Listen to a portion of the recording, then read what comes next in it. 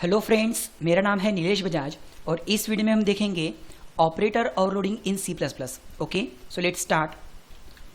देखिए, last video में हमने यूनरी माइनस ऑपरेटर ओवरलोडिंग देख चुके हैं या फिर बाइनरी प्लस ऑपरेटर ओवरलोडिंग हम देख चुके हैं और इस वीडियो में हम देख रहे हैं इंक्रीमेंट ऑपरेटर ओवरलोडिंग। ओके, देखिए, जैसे फॉर एग्जांपल यहाँ पर मेरे पास में एक क्लास है और इस क्लास के पास में प्राइवेट डेटा कौन सा है, एक्स और वाई।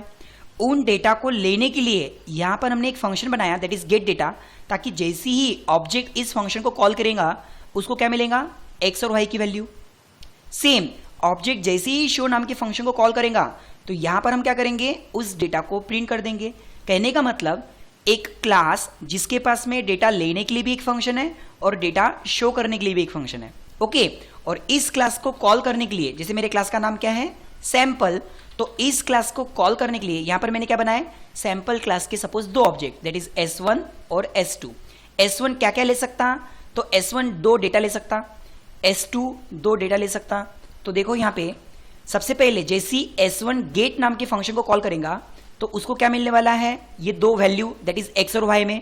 मतलब S1 का जैसी मैं डेटा शो करूंगा तो मुझे आउटपुट क्या मिलेगा, S1 का x 10 और S1 का y 20।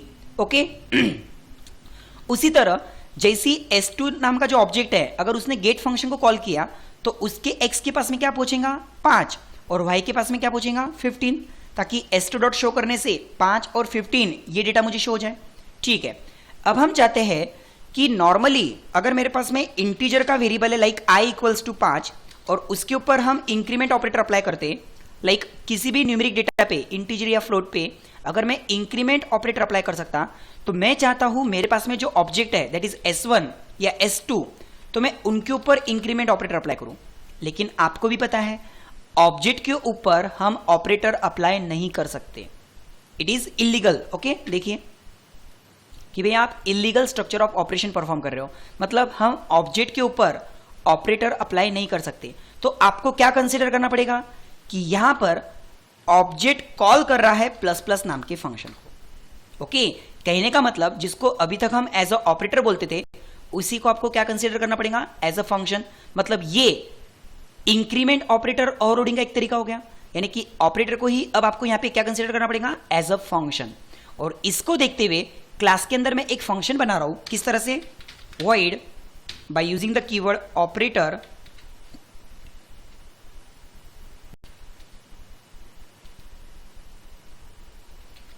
और ऑपरेटर का कौन सा, प्लस प्लस।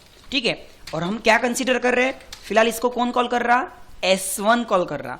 तो यहां पे हम कैसे लिखेंगे, x equals to x plus 1 ताकि वैल्यू x से इंक्रीमेंट हो जाए, और y equals to y plus 1। Okay, देखो अब इसके बाद अगर मैं S1 डॉट शो करूं तो ताकि मुझे डेटा कैसे मिले, एक एक से इंक्रीमेंट।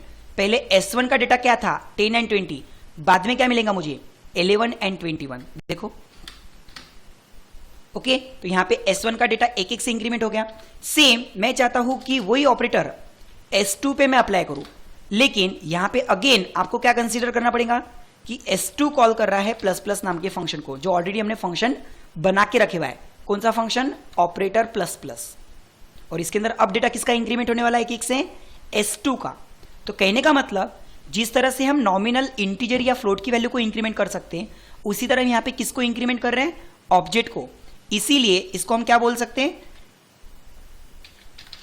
Increment operator overloading. इसको हम क्या बोल सकते हैं, इंक्रीमेंट ऑपरेटर ओवरलोडिंग।